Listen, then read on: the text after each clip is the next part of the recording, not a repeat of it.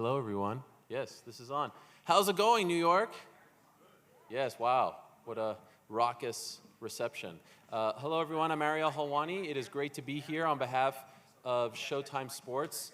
Obviously, we're here for a very exciting event on December 18th, Tampa, Florida, Amalie Arena, home of the Stanley Cup champions. Of course, the Tampa Bay Lightning. Everyone knows by now it's going to be Jake Paul versus Tommy Fury in the main event. Stand by 1 second. We're going to launch our live YouTube in just a second. Okay, that was just the pre-roll. I was just getting excited.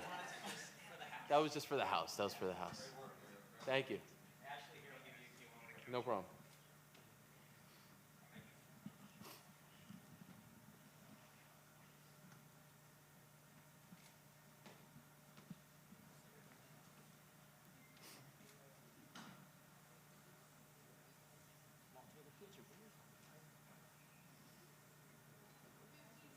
Which is the main camera, Ashley?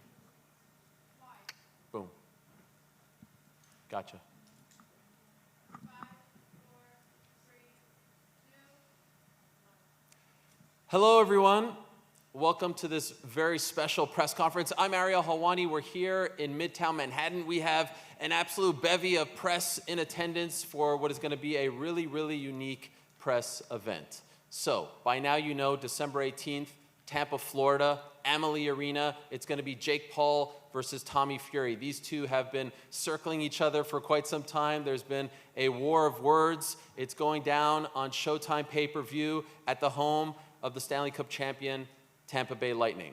You know by now that Amanda Serrano, one of the greatest female boxers in history, will be competing on the card. She is, in many people's eyes, one of the best pound-for-pound fighters as well. She's going up to 135 to fight Miriam Gutierrez in a very important fight that could lead to an even bigger fight come 2022. You know that two undefeated, young, all-action fighters, junior welterweights, will be fighting on this card. Liam Paro going up against Yomar Alamo. Two guys who are getting a big opportunity to fight on Showtime pay-per-view, one from Australia, one from Puerto Rico. They'll be meeting in a 10-round junior welterweight bout. You know, in the prelims, we're getting Chris Avila versus Anthony Pretty Boy Taylor, a rematch of a Bellator fight that happened back in January of 2020. They'll be meeting in a boxing match. It's going to be Team Paul, Anthony Taylor, against Team Diaz, Chris Avila. That's going to be a lot of fun. Of course, this is on Showtime pay-per-view. It's being produced by Showtime Sports and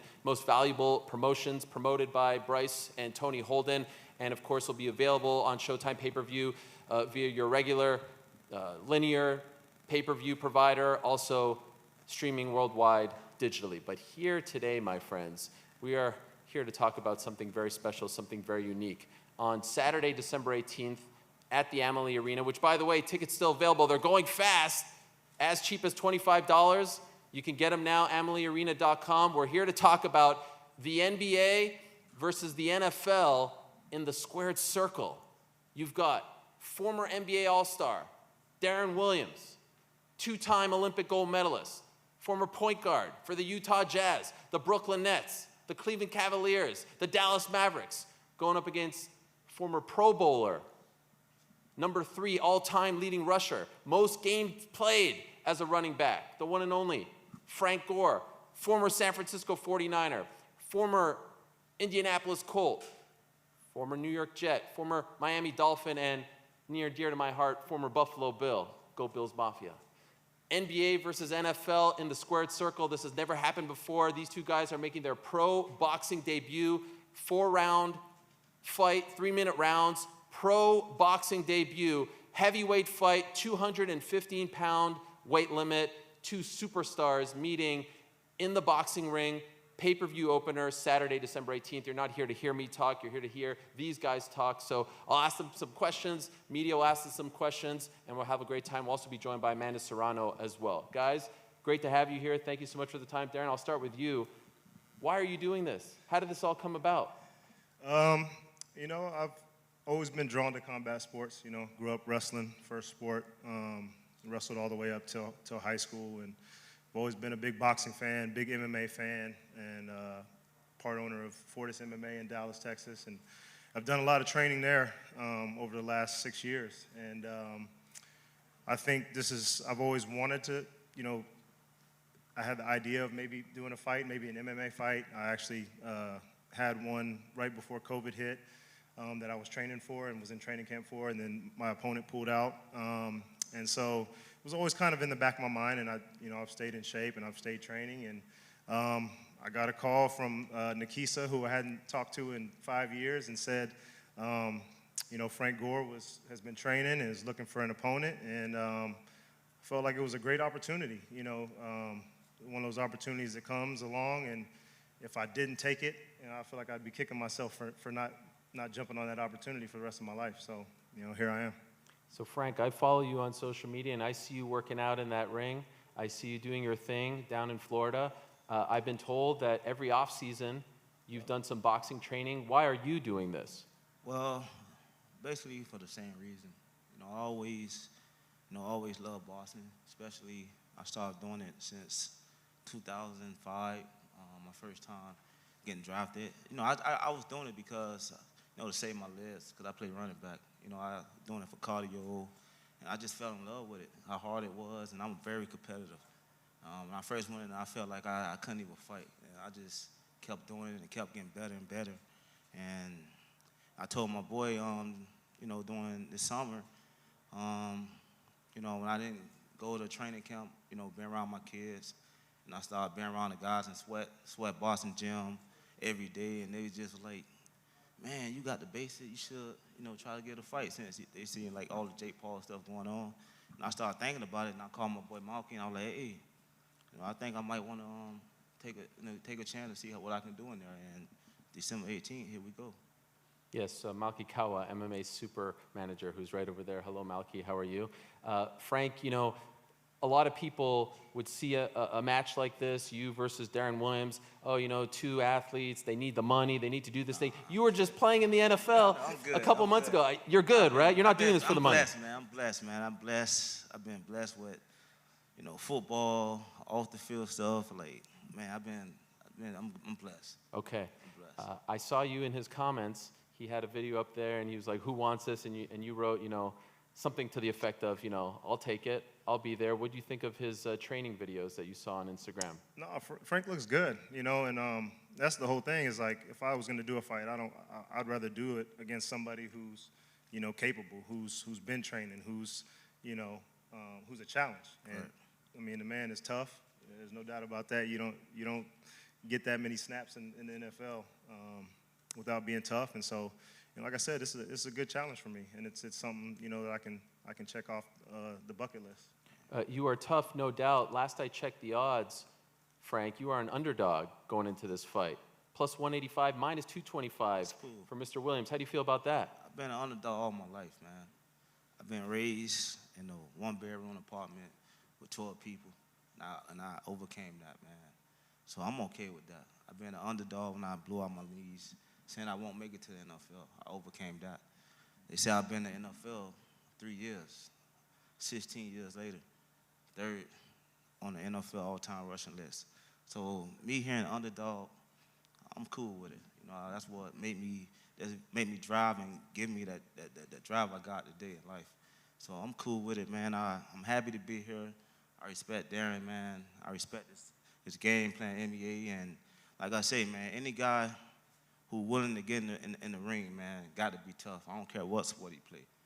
Got to be different. So December 18th, I'm training my behind off, and I'm going to be ready. We'll get a good look at the size difference when you guys square off, but there is a very noticeable height differential here. Do you feel like that will be to your advantage come December 18th, Darren?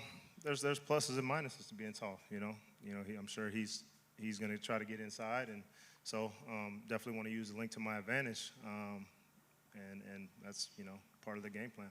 And just curious, your brothers from the NBA, have they hit you up a lot about this? Like, what are you doing, man? We're back. What's been the reception when this news came out? There's all type of reception. There's all type of things. But for the most part, everybody's behind me. There's been some people like, you're fighting Frank Gore. What are you doing? What are you thinking about? But that's okay. There's a lot of unknowns in this fight, and I think that's what makes it exciting. He's been training for years. I've been training for years. I've been doing a lot of MMA, but a lot of the work that I've done is boxing. And so You know, it's not new to me. I've sparred with a lot of guys from our gym, a lot of killers from our gym, and you know, I'm excited about this challenge. Last thing from me for now, Frank, I see a lot of people commenting on this fight. You know, we've seen NBA players fight. Sometimes it's not the most graceful thing on the court. Of course, the NFL guy is tougher. What do you make of that? I can't look at it like that. You know, like him training MMA, you got to have some type of toughness. You know, and I'm not looking at no NBA, whoever Nate Robinson did. This man different. He been doing MMA for 6 years, so I got to respect that. He been wrestling since he was a kid. I got to respect that. So, you know, I'm training my behind off. The only thing I can do is worry about me, though. You know, I'm training every day, and I'm looking for the challenge, man. And let's go on. Best man win December 18th. Yeah, I remember going to Dallas maybe 5-6 years ago when Fortis MMA first opened up, and Saif Saud, your head coach, showed me around, telling me that you were training there. I know a lot of the guys from the Mavericks have come through as well. So this man, no stranger to competing and martial arts. And of course, if you just follow Frank Gore on Instagram, you will see that this man is no stranger to the squared circle as well. All right, let's take some questions from the media in attendance. I believe, yeah, all right, go ahead. Darren, Andrew Crane from the New York Post. You mentioned, you know, your time when you were younger in wrestling up through high school. When you look back at those days, what were some of your first kind of impressions of the sport? And what are some of the moments that maybe stand out to you the most from those days? Well, my first year of wrestling, actually, my mom asked me, I was 5, and she asked me if I wanted to wrestle, and I was like, okay. You know, I'm 5 years old. I didn't really know what it meant. And I spent the whole season being dragged on the mat by her crying because I was scared to go in there. And she was like, well, I already paid for it, so you're gonna do this every weekend. And so I pretty much went out there crying, got pinned, walked back off the mat, and did that for a whole year. And then the next year, I don't know why, but she asked me if I wanted to wrestle again, and she just expected me to say no. And I said yes, and then proceeded to do that for about half of the season before something finally clicked where I was just like, I'm not going to do this anymore. And I kind of turned into a little animal. So I think that year and a half of getting beat up and pinned every time out on the mat kind of made me tougher. And, you know, wrestling is a tough sport, you know, and it was a great base for me. I'm really glad that, you know, I did it, you know, for such a long time, and was able to compete, win 2 state championships in Texas as an 8-year-old and a 12-year-old. And I would have loved to keep going. I really would have, but it's the same season as basketball, and so I had to stop when I got to high school. Andres Gomez, Cornerman Boxing. I have a question for both combatants. Which fighter made you fall in love with boxing, and who do you like to study, to learn from? Well, my favorite fighter is Floyd. Right now, in this generation here, it's a bunch of guys who I watch a lot. I like Terrence Crawford. I like Sean Porter. I like Errol Spence. I like Tank. Shakur Stevenson. But you know, I just want to, man, be the best of me. You know, whatever my coach tell me to go out there and do, I'm gonna do it to the best that I can and try to my best to get this win December 18th. I mean, growing up, I love to watch the heavyweights, you know, of the 90s. I love to watch, you know, Tyson, Lennox Lewis, you know, all those wars they had, Holyfield. You know, I think it was just a special time in boxing. And you know, there was still other fighters, but those were the ones that I was drawn to. You know, those were the ones that, you know, I got most excited to see.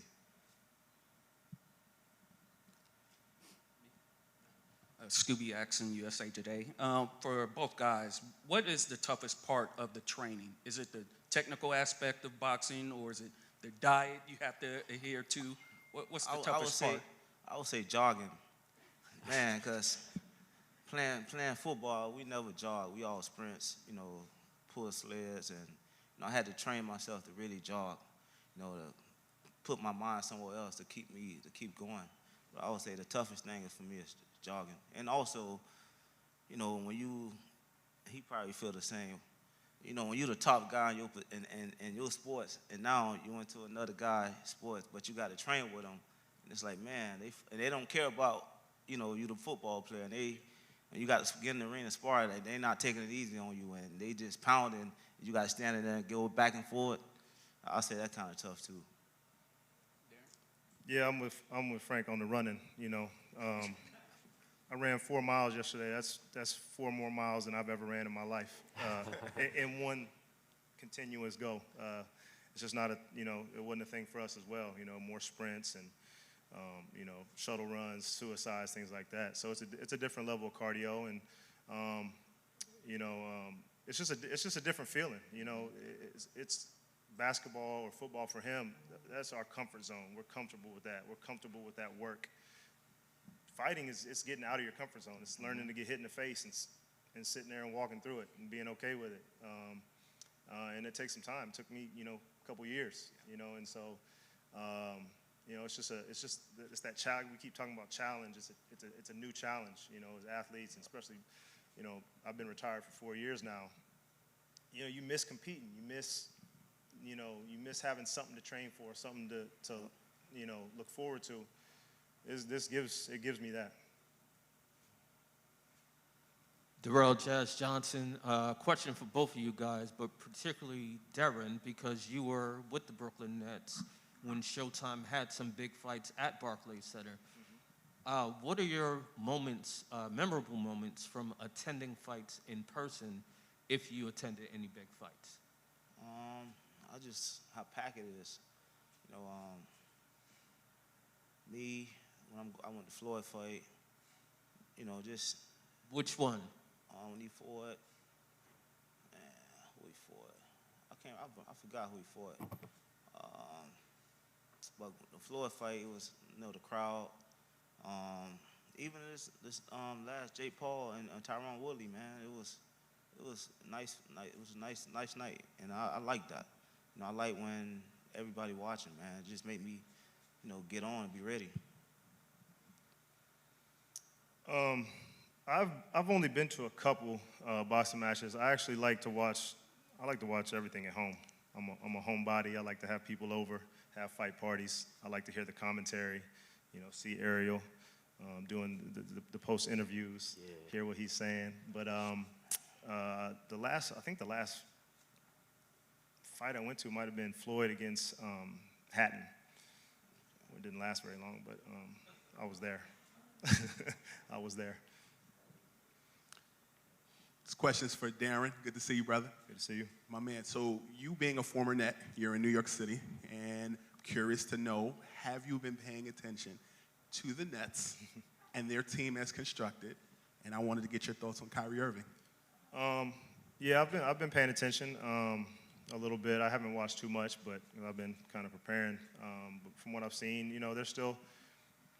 they're still a good team without Kyrie, but they definitely need him. They definitely need him, and I hope everything gets figured out. But as far as my thoughts on Kyrie, I feel like he's doing what he feels is best, for him, and I can't feel any otherwise. I have to respect what he wants to do, and that's the country we live in. Question for Frank. What is harder, to take a hit in the NFL and then keep playing, or take a hit in boxing and then keep on boxing?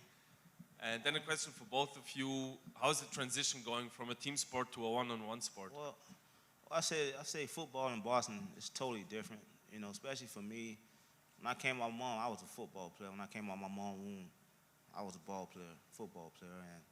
And, when you watch my game, you got to really watch it. I really never got hit, you know what I'm saying? That's why I was able to last so long.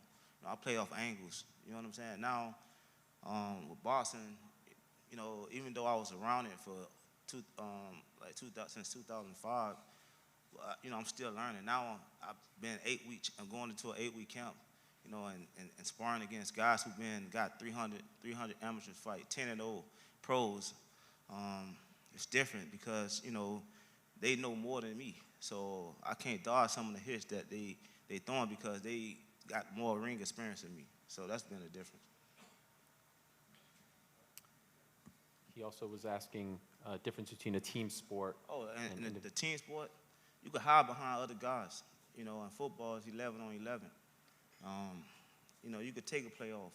Boston, just you and the next man who on the other side of the ring, and you got to stay ready all times. And that's when you're in the gym, you got to think about that. And that's how I've been thinking. I guess a follow-up on that question for both of you. What's the biggest mental adjustment you have to make going from competing in a team sport to boxing when you're the only one out there? I think, think for me, it's the same thing. It's like with basketball, that's my comfort zone. Everything comes natural. Now, I'm in a sport where I'm trying to learn. I'm trying to soak up everything in a 6-week time period. And so it's kind of like getting thrown into the fire and having to adjust. And it's definitely a challenge. But again, I keep talking about this challenge thing. It's a challenge I've accepted and I'm looking forward to. I just wanted to ask a quick question. I'm liking the hair, Darren. What's the inspiration? We're going with the, yeah. I don't know. It's just something I did like a year and a half ago. I was bored. Oh, sorry. Yeah. So something I was just bored one day and Nice. was like, you know what? I'm gonna dye my hair blonde, and I did it and I liked it. YOLO. So I kept it. All right. Before we bring up our special guest, just want to ask you guys, Frank, I'll start with you. Is this a one-off for you, or are you now entering the boxing world? I've been hearing you have aspirations of other guys, maybe not looking past Darren, but what are we thinking? I just want to see how December 18th goes. Okay. And I'll go from there after that. What about you? Same thing, man. 37 years old. Like I said, this was an opportunity that came to me out of nowhere. I jumped on it. I want to focus on Frank, and that's as far as it gets for me. All right. George Foreman was a heavyweight champion in his 40s. I'm just saying. When did he start, though? Minor details. All right. So great stuff from both men. Now it's time to bring up our special guest, who will also be competing on December 18th, co-main event. You saw her back in August, co-main event of the Jake Paul-Tyron Woodley fight. She is one of the very best fighters on the planet, dare I say, regardless of gender. Not only is she competing in boxing these days, she's doing great stuff in the world of mixed martial arts as well. She is one of the best pound-for-pound fighters on the planet. She is fighting Miriam Gutierrez on Saturday, December 18th. She is the pride of New York. She's the one and only Amanda Serrano. Amanda Serrano looking fly with those glasses as well. Well done. And guys, don't be ashamed because running is still hard for me too. What was that?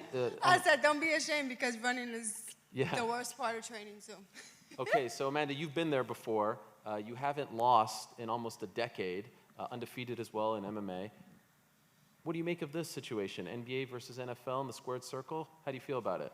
It's very interesting. You have great athletes, awesome athletes, and they didn't just start yesterday. Hearing them, they've been training for years. They understand how it is to be in a sport, to be champions in any other sport. And I'm excited to see this fight. We've had boxing versus MMA. Now we have the NBA versus the NFL. So I'm interested. Would you happen to have any advice for both men? They've competed on the biggest stages, right? But this is a little different. Any advice for their debuts? Just don't abandon anything. Stick to the basics. One-twos, and just have fun. Enjoy yourself in there. This is something new. Enjoy every minute of it. And this is your stage. It's your night, and enjoy it. Have fun. I don't mean to put you on the spot, but I will anyway. Do you have a pick? Who are you picking, Frank or Darren? Come on. God, these are two amazing athletes in their sport. They come into a new sport. So I am a Brooklyn girl, but let the best man win. Okay, all right. I see where you're going with that. A lot has changed for you over the last few months. You've teamed up recently with MVP, Most Valuable Promotions. You're now part of Team Paul as well. You were on that card in August. That went great. Now you're fighting Miriam Gutierrez, co-main event. I couldn't help but notice, correct me if I'm off base here, you're moving up to 135. You're no stranger to fighting there as well. Miriam's a great fighter. Looked at her record. Last year, her lone loss was to someone named Katie Taylor. Is this the fight that gets you the Katie Taylor fight? Well, this fight, I believe, is more important than the Katie Taylor fight because Miriam is a tough girl, 135. It's not my natural weight class. I'm moving up 2 divisions. So I had to get through Miriam Gutierrez in a way where people are going to want to see and compare me to Katie Taylor, and then the fight with Katie Taylor will happen. That would be gigantic, perhaps here in New York as well. Any questions for Amanda Serrano?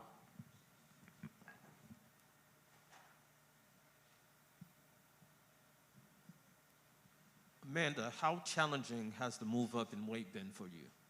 You know, it's funny. People ask me, and I said I'd rather lose the weight than to gain the weight. It's so hard for me to keep on the weight because once I start training and running, I drop it. So I think maybe maintaining 135, eating a lot. I'm eating a lot of good food. I had to hire a nutritionist for this camp to make sure that I'm up in weight and I'm strong.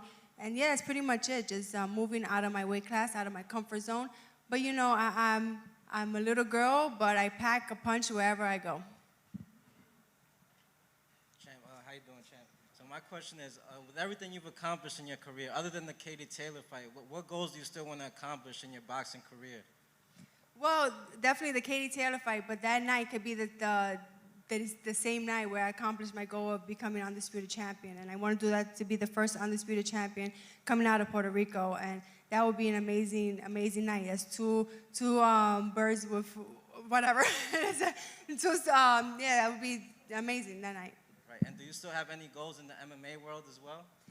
Definitely. Right now, I'm concentrating on boxing because I have 2 big fights. So in the future, I definitely want to become an MMA champion. But boxing right now, it's my main goal. Another question for Darren. Jason Kidd, your OG, you being from the Dallas area, now coaching. Have you got a chance to watch the Mavs? And what do you think about his transition from Brooklyn to assistant coach with LA and now head coaching in Dallas? Yeah, I mean, I had a chance to talk to him a couple months ago, and have seen some games, and they're playing pretty well. I think he's gonna maximize that roster, and there's no doubt he's a great coach. He's always been a great basketball mind, and I think him being with Luka is gonna help that whole situation flourish, and I think they're gonna be pretty good this year. I just had one more for Amanda, if I could. Clarissa Shields recently went over to MMA and won her debut, but then lost her second fight. Does that now make you higher than her on the pound-for-pound rankings? Or, I mean, because you're undefeated in MMA? Well, pound for pound, I think that's is a matter of opinions. Some people think I am, some people think she is, it's a matter of opinions.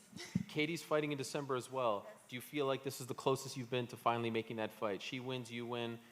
Hopefully next year you guys tangle. Yeah, she actually fights the week before me, so she has to look good. I have to look good, and I think that fight is going to happen. I'm training really hard for Miriam. I know she's a tough girl.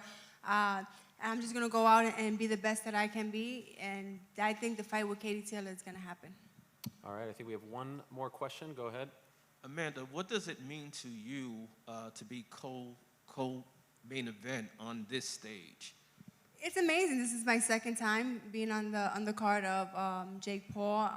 I'm super proud to be part of the MVP promotion with Nikisa and Jake Paul. They treated me amazingly, and I'm just, Jake Paul, he brings entertainment. No matter where he goes, he's very entertaining. The fight with Tommy Fury, this is going to be his step up. 2 undefeated fighters, they're going to go out, and whoever wants it more is going to win that night.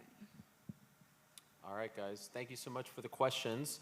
Thank you to everyone watching at home. We're not done just yet. We're going to square these guys off. You're going to get to see the height differential that I was just talking about. Nikisa Badarian of MVP will be here as well. Thank you so much to Darren Williams. Thank you so much to Frank Gore. Thank you to Amanda Serrano. And thanks to all of you. December 18th, Tampa, Florida, Amalie Arena, home of the Stanley Cup champs. You could see these 2 guys. They can't wait to square off. This is great stuff.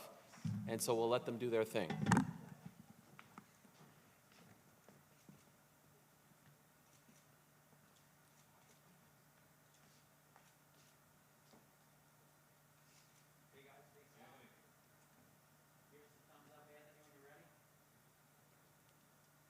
NBA versus NFL, December 18th. Pro debut for both men. 2-time Olympic gold medalist Darren Williams against Frank Gore.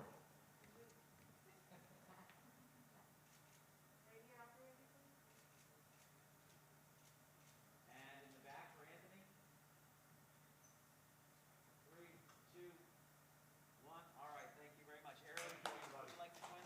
You want me to join the group? Here I am. Yes. Okay. One of these things are hosts today. Come on, everybody. All right.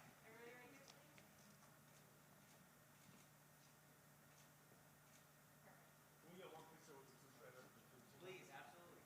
Okay, let's get the. Is the stream still going? Yes. Stream still going? Yeah. Cool.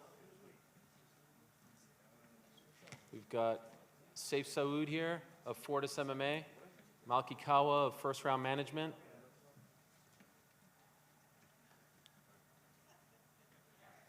A little MMA influence in this boxing match as well.